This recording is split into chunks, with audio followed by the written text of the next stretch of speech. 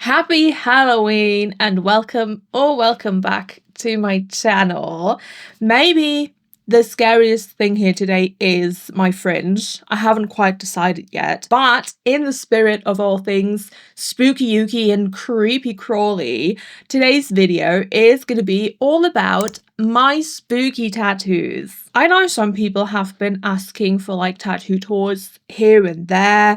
I don't think I'm gonna do like a full every single tattoo video probably ever. Take it as a loose never, but like I don't see myself doing that at any point in like the near future because that's just so many. And I like to yap and tell backstories to tattoos because there's some fun ones and like reasons I got them and stuff. I don't know. I already did one about my most sentimental tattoos, which I'm gonna link up here. Does this count as a tattoo tour? Maybe a little bit.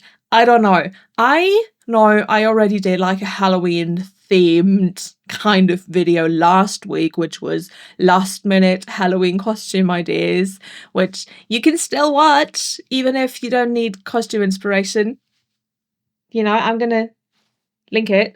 I'm so good at this, but I figured since I'm gonna upload this on Halloween, I need something else themed, and since I'm not like huge into the horror of it all, and I get scared quite easily, I figured this would be the perfect opportunity to show off all my spooky tattoos for all of you who don't care about my non-body mod stuff. Anyways, if you enjoy these types of videos, please let me know by leaving me a like so I know to make more, and maybe even consider subscribing to support me and never miss another video again.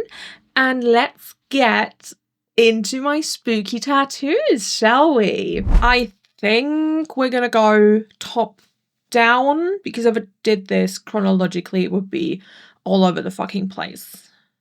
Sure, starting off strong. I know I literally just said I don't do the scary things, the horror movies, but the first tattoo I'm going to be talking about is actually from a horror movie. It is Paris Hilton in House of Wax with a catchphrase, "That's hot," underneath, because it just is iconic. It is her, you know. I got this tattoo when I was working at the tattoo and piercing shop many moons ago, and if you didn't know, I don't know if I've ever talked about it on this channel, I do have a long-running obsession with The Simple Life and thus Paris Hilton and Nicole Richie. And my friend Natty and I worked at the tattoo shop together, and she also loves The Simple Life and Paris and Nicole, and that's kind of one of the first things I think we bonded over that just like solidified our friendship beyond being co-workers. And I am kind of paraphrasing here because I don't quite 100% exactly remember how the idea for the Paris tattoo came about, but considering how some of the other things we did at the shop came about, we were probably having a beer or three after work, just talking about how funny it would be for me to have like anything Paris Hilton related tattooed on me, because I, being the piercer as well, was one of the most goth people there at the time. It would have been funny for anyone to have the Paris Hilton tattoo, let's be so for real, but it would have been the funniest on me, and I still think it is the funniest on me out of like the entire crew that worked there, but it is also very much on brand.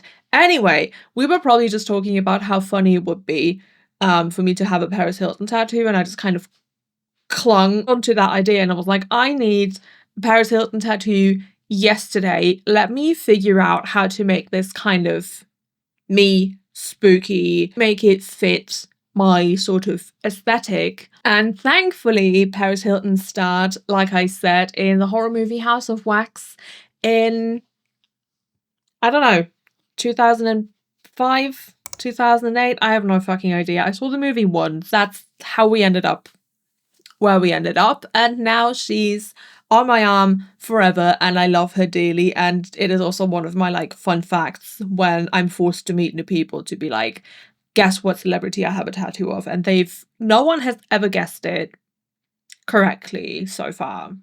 So Yeah, I promise not all of these backstories are going to be as long as that one.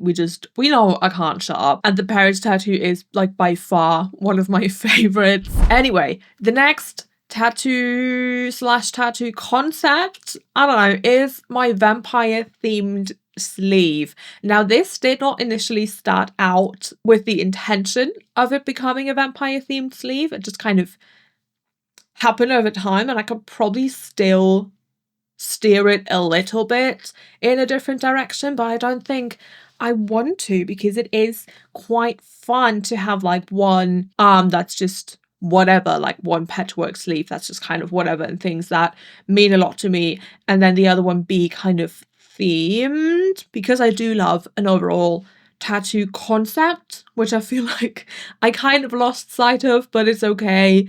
I don't mind being just like a, you know, doodled on notebook. Every single tattoo on this arm so far, which isn't many, I think that's like 4, was done by a different artist, which I think is really cool. And I'm debating kind of continuing that, or whether I should just stick with the last person who worked on this arm and get it all done and finished by her. And I haven't quite decided yet, but there is, at the time of filming this, gonna be a like Halloween flash day that I'm thinking of going to, so maybe there's something that's going to be added to this arm quite soon. I genuinely don't know yet. We will see.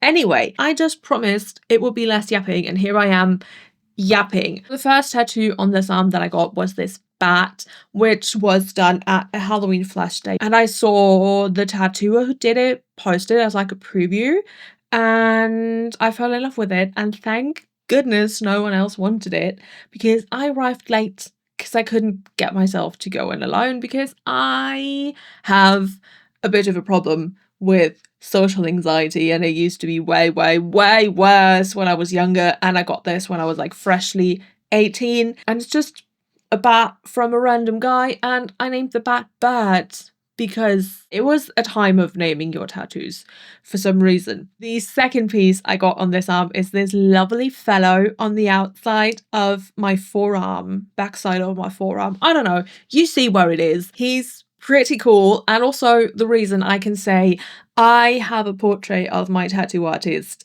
on my body forever, because he used a photo of himself as reference for this guy, and he only told me afterwards, and it does very much look like him. So thanks for that, Matt. I'm actually not even mad. It is fucking funny. Next, I got these garlic bulbs in steak that kind of look like testicles a little bit. I don't have much to say about them. I love garlic. Balls not so much, but I'll live. And my so far last tattoo on this sleeve project is this gorgeous bat hat I got on my shoulder. I actually wanted to put it like a little further down, more on my upper arm, but I'm so glad we put it on my shoulder, because it reminds me of those like shoulder pad thingies with the tassels and the fringe bits. That's like uniforms sometimes. And I love a good uniform. I have like 1 or 2 more ideas that I know I really want on this sleeve. An anatomically correct heart, maybe with a stake through it already, or what I was also thinking recently was like one hand holding the heart and the other hand with like a stake in it, just like about to stab it. I feel like that could be really cool. And the other thing that I've had kind of bouncing around in my mind for a while for this sleeve is like a rosary somewhere, because I love like a good old school 2000s rosary tattoo. No, I'm not religious, before anyone else asks. I fuck with the vibe. I think it would be so cool as like a gap filler somewhere, and it also kind of goes with the theme. Do you know what I mean? That would be awesome. Moving on down to my legs, next up is this fuck off massive Edgar Allan Poe inspired raven that covers pretty much the entire front of my thigh. I, to this day, don't know why my parents let me get this at like 17, barely 18. It's huge. It's like the size of a small child. but I love it. Obviously, The Raven by Edgar Allan Poe was kind of the jumping off point for this. And then I was like, I need to be more goth and pretentious and add another Poe thing in there. So we added the heart that he's carrying for the Telltale Heart, and that was that. And those were actually, I think, the only two Poe pieces I knew at the time. That was 17. Okay. On the side of my thigh, next to the raven, we have this lovely lady whose face is being eaten by centipedes. At the time I got this, I had this recurring nightmare of like centipedes crawling out of like my mouth and my nose and my ears and just like eating my face and my head and then crawling back into my skull where they had eaten, and also like in my mouth. And there were centipedes just eating and crawling into my head everywhere. And I was like fully conscious. I was dreaming, but it felt like I was fully conscious the entire time. And I still remember the way that like a little legs would feel on my skin and on my tongue and down my throat. And it makes my skin crawl. Saying that out loud kind of sounds insane. Can't even lie. But I was way, way, way more insane than that at the time. So it checks out. It makes sense. I love my Centipede Lady. On that same leg, underneath the Centipede Lady on my calf, we have this gorgeous hanging goat's head, which I love very, very dearly, which not only includes a pentagram, but also a very inspiring, uplifting message. I don't know if it's legible to the naked eye. I don't care. I've had to point it out to everyone I've like shown and wanted to know that it was there. But just above the head, it says hang in there, because he's hanging. My artist and I thought it was fucking hilarious. I still think it's fucking hilarious. And it almost made me forget about the torture that was getting this side and back of my knee tattooed for like 2 or 3 hours straight. I vividly remember when I got this tattoo, one of the other artists at the shop came to help check if like the stencil was straight and everything. And he looked at me, looked at the stencil, looked back at me again. We locked eyes and he was like, good luck. And I was like, why would you say that? And then I knew. But like, I live, bitch. And I have the coolest fucking goat head to prove it. And he's like 9 years old at this point and still looks fucking crisp. And I love him as much as I did the first day. Moving on down to my other leg, we've got this super cute little Kewpie Clown baby who is very obviously inspired by the new Pennywise. I did not watch either of them, or like however many fucking movies there are now, because I just don't like a jump scare situation. I really need to stop talking about how much of a fucking baby I am when it comes to horror movies. I got this tattoo from one of my co-workers at the tattoo shop because I fucking love Kewpie babies. My sister actually got me this one. Oh, was he naked? No. My sister actually got me this one when she went to Japan years and years ago, and it is one of my most prized possessions. I fucking love Kewpie babies and I love clowns. So the natural progression of things would just be a clown Kewpie baby tattoo at one point or another. However, with like the cutesy clowns, like these, all of these actually, I personally only like the way they look in color, and I'm not a color tattoo girly. I actually don't have a single collar tattoo. So I just asked my co-worker to make me a Kewpie Clown baby and make it a little spooky, and he came up with basically Pennywise. I don't mind though. I think he is very, very cute regardless. I also like the little knife he added. I'm not sure, again, if it's like biblically accurate Pennywise with a knife or if it was inspired by like the 2016, 2017, I'm not sure, murder clowns who were terrorizing people with knives. I'm not entirely sure. I love it either way. Unfortunately, I did have a bit of a reaction to the ink. So there's some parts that didn't heal as nicely as they could have or should have. I don't mind that. It's just part of having tattoos sometimes that they don't heal 1,000% how you wanted them to or how they were supposed to, you know, quote unquote. Yeah, my little Kewpie Clown baby. I love him. And my last tattoo that I'm going to be talking about in this video is this little plague doctor. I love plague doctors. I have been obsessed with them for years and years and years. I love the masks. I love the outfits. I love the vibes. Yes, Emily Autumn did play a huge part in that. Mwah, they are gorgeous. I love them. I love plague doctors. They also remind me of like shoe bill stalks, I think they're called.